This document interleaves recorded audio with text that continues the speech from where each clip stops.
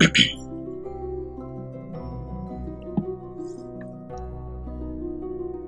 My dear friends, मेरा नाम रिजवान अहमद है और आप देख रहे हैं कोड्स फॉर यू। तो चलिए शुरू करते हैं। आज का जो हमारा टॉपिक है वो है ब्रेक स्टेटमेंट इन C++। कि ब्रेक स्टेटमेंट C++ में कैसे काम करती है, क्यों हम यूज़ करते हैं, ठीक है।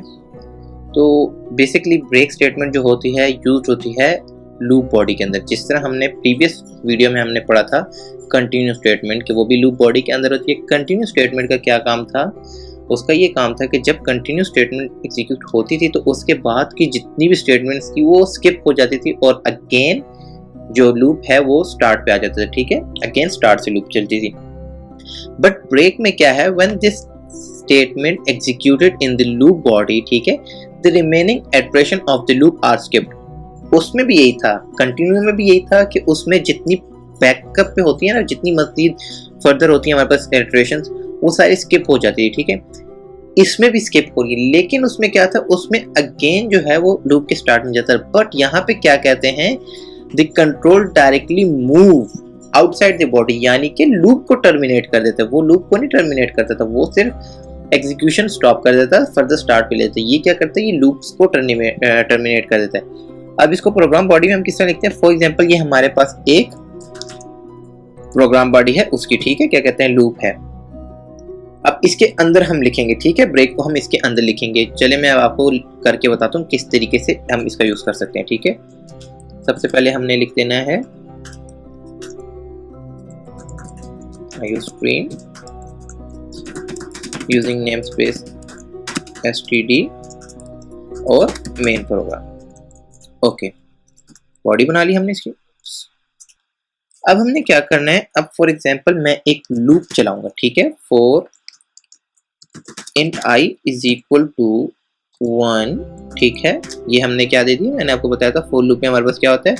फॉर लूप में पहले हमारे पास इनिशियलाइजेशन होती है, फिर हमारे पास कंडीशन होती है I लेस देन, ठीक है, 5 मैंने कर दिया, फिर हमारे पास सेमीकोलन और फिर हमारे पास इंक्रीमेंट या डिक्रीमेंट, ठीक है, और फिर इसकी लूप बॉडी जो होती है हमारे पास। अच्छा, अब यहाँ पे फॉर एग्जांपल मैं यहाँ पे सी आउट कर रहा हूँ एक statement, hi my dear friends, my name is Rizwan Ahmad and you are watching course for you, ठीक है। ये मैंने एक simple C C out statement दे दी। अब इसके बाद मैं एक और स्टेटमेंट दे रहा हूं, ठीक है। यहाँ पे मैं कहता हूं कीप वॉचिंग। अब आपको पता होगा कि हमारे पास फॉर लूप क्या करेगा, इसको 1 से लेके 5 तक, इसके बीच में जितनी इटरेशंस होगी, ठीक है, वो इसको करेगा, 4 तक जाएगा, ठीक है। अब इसके बाद मैं यहाँ पे लगा देता हूँ क्या, ब्रेक। ब्रेक की कंडीशन मैंने अप्लाई कर दी और ब्रेक की कंडीशन के बाद मैं सी आउट करता हूँ हाय, ठीक है। अब यहाँ पे बेसिकली होगा क्या हमारे पास, ठीक है। अब देखिए यहाँ पे ये बता भी रहा है कोड विल नेवर रन, क्यों? क्योंकि ब्रेक आ गया, तो ब्रेक के बाद ये कोड हमारे पास रन नहीं होगा, ठीक है। और यहाँ पे इसके बाद मैं यहाँ पे एक और सी आउट दे देता हूँ, outside the loop body code is and, ठीक है, ओके।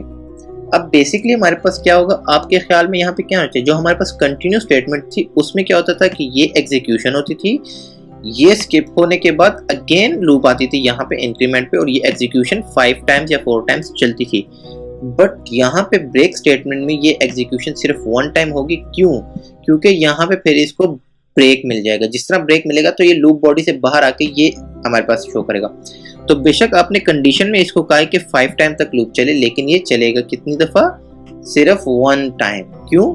क्योंकि आपने इसमें ब्रेक लगाई हुई है, तो ब्रेक से पहले जितनी स्टेटमेंट्स होगी वो एग्जीक्यूट हो जाएंगी। तो लेट्स सी, रन करके देखते हैं।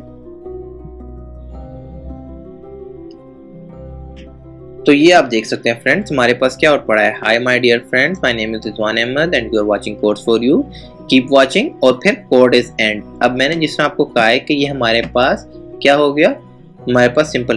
अच्छा, अगर इसकी जगह मैंने जिस तरह आपको प्रीवियस में बताया था कि हम कंटिन्यू यूज करते हैं, तो कंटिन्यू में हमारे पास क्या होगा, अब कंटिन्यू में हमारे पास बेसिकली ये होगा कि हमारे पास ये जो एंड पे है ना ये स्टेटमेंट, ये लूप के खत्म होने के बाद, तो लूप खत्म होने से पहले ये कितनी दफा आएगा 1, ठीक है, फिर 2, फिर 3, फिर 4, ठीक है, ये 4 टाइम हमारे पास एग्जीक्यूशन होगी। तो लेट्स रन।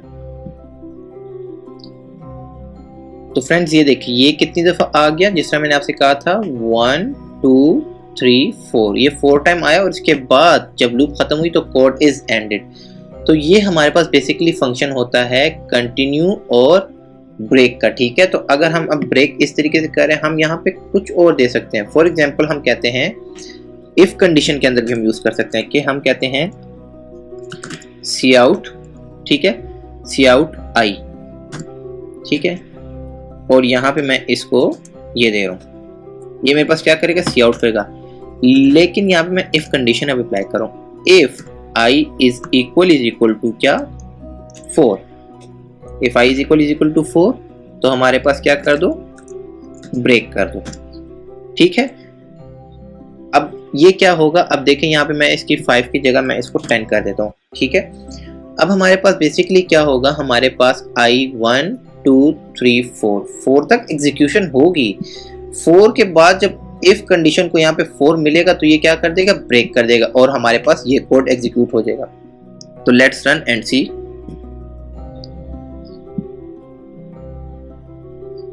ये देखें फ्रेंड्स मेरे पास क्या है 1, 2, 3, 4 एंड कोड इज एंड। क्यों, मैंने कंडीशन के बाद यहाँ पे ब्रेक, जिस तरह ही ब्रेक स्टेटमेंट अकर होगी हमारे पास लूप टर्मिनेट हो जाएगी। ब्रेक स्टेटमेंट का सिर्फ इतना काम है कि जब भी ब्रेक स्टेटमेंट आएगी, फॉर एग्जांपल आपने फॉर लूप की स्टेटमेंट्स में दी है या इफ कंडीशन के थ्रू दी है, तो जब भी ब्रेक स्टेटमेंट अकर होगी या ट्रू होगी तो हमारे पास लूप वहीं पे टर्मिनेट हो जाएगी। तो फ्रेंड्स ये था हमारे पास ब्रेक और कंटिन्यू का, ठीक है। मैंने आपको दोनों का बता दिया, डिफरेंस भी बता दिया कि क्या होता है, किस तरीके से होता है।